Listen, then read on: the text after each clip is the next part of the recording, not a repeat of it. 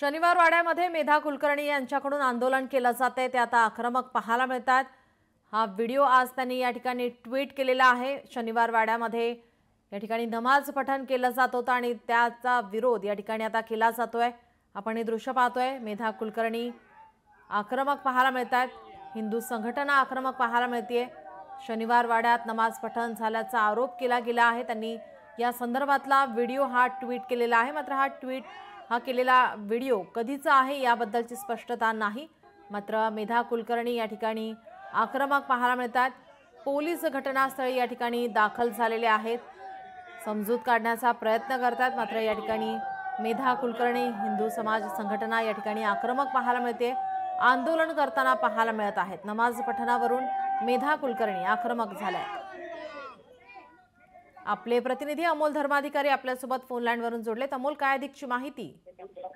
खरं तर हे आंदोलन ज्या शनिवारवाड्याच्या आतमध्ये एका तरुणींनी नमाज पठण केलेलं होतं त्या संदर्भातलं आंदोलन होतं। तिथं त्यांनी आंदोलन सुद्धा केलं आणि सगळे आंदोलनकर्ते हे बाहेर आले आणि बाहेर जाताना या शनिवारवाड्याच्या परिसरामध्ये एक मजार आहे, म्हणजे छोटीशी दर्गा आहे, हजरत ख्वाजा सय्यद शाह पीर मकबूल हुसेनी नावाची।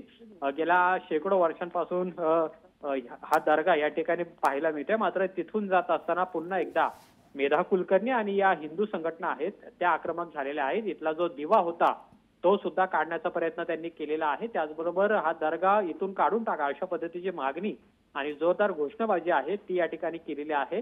त्यामुळे पोलिसांची सुद्धा चांगली धावपळ उडालेली पाहायला मिळालेली होती। आंदोलन हे संपण्याच्या दिशेने जात असताना सगळे हे सकल हिंदू समाजाचे कार्यकर्ते बाहेर जाताना त्याच दर्ग्याच्या बाजूला ते थांबून तिथं आता घोषणाबाजी करतायत आणि पोलिसांनी या संपूर्ण दर्ग्याभोवती बॅरिकेडिंग केलेलं आहे। कुठेही कोणालाही आतमध्ये सोडलं जात नाहीये, पण जो दर्ग्याचा तिथं जो बोर्ड लावलेला आहे तो बोर्ड सुद्धा काढावा अशी मागणी आता या सकल हिंदू समाजाकडून केली जाते आणि कुठेतरी आक्रमक पवित्र आहे तो सकल हिंदू समाजाकडून केला जातो आणि त्यामुळे तणावाचं वातावरण सध्या या शनिवारवाड्याच्या परिसरामध्ये निर्माण झालेला आहे। पोलिसांचा बंदोबस्त सुद्धा आता वाढवण्यात आला आहे। जी, जो व्हिडिओ ट्विट गेलेला आहे तो कधीचा आहे त्या संदर्भात काय माहिती मिळाली का?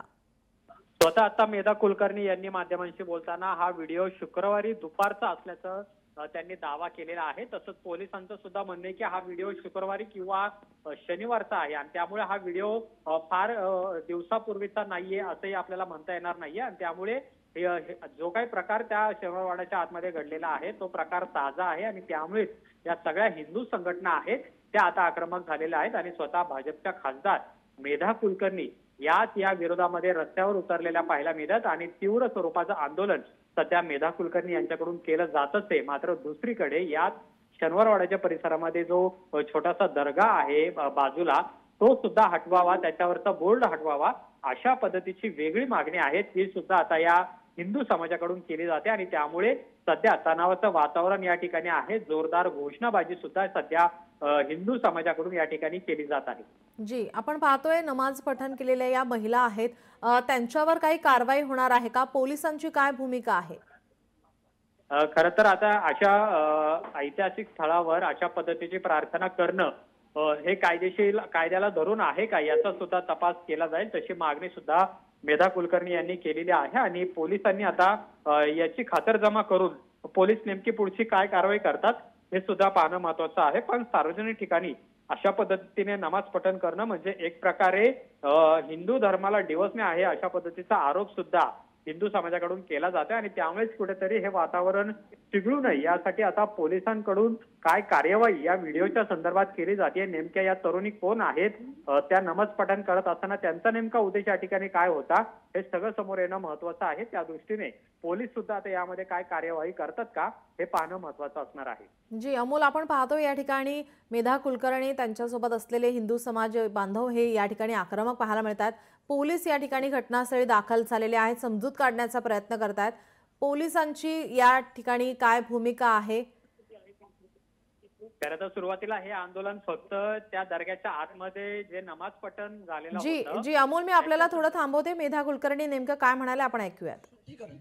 आपण शिववंदना करून करणार आहोत आणि म्हणून आपण सगळेजण दिवाळीच्या या विजयी महोत्सवामध्ये आपण इथे जमला आहात म्हणून मी तुमच्या सगळ्यांचं अभिनंदन करते, तुम्हाला सगळ्यांना वंदन करते की अशीच हिंदू शक्ती एकवटून आपण पुढच्या काळामध्ये जी काही संभाव्य आक्रमण असतील त्यांचा प्रतिकार केला पाहिजे.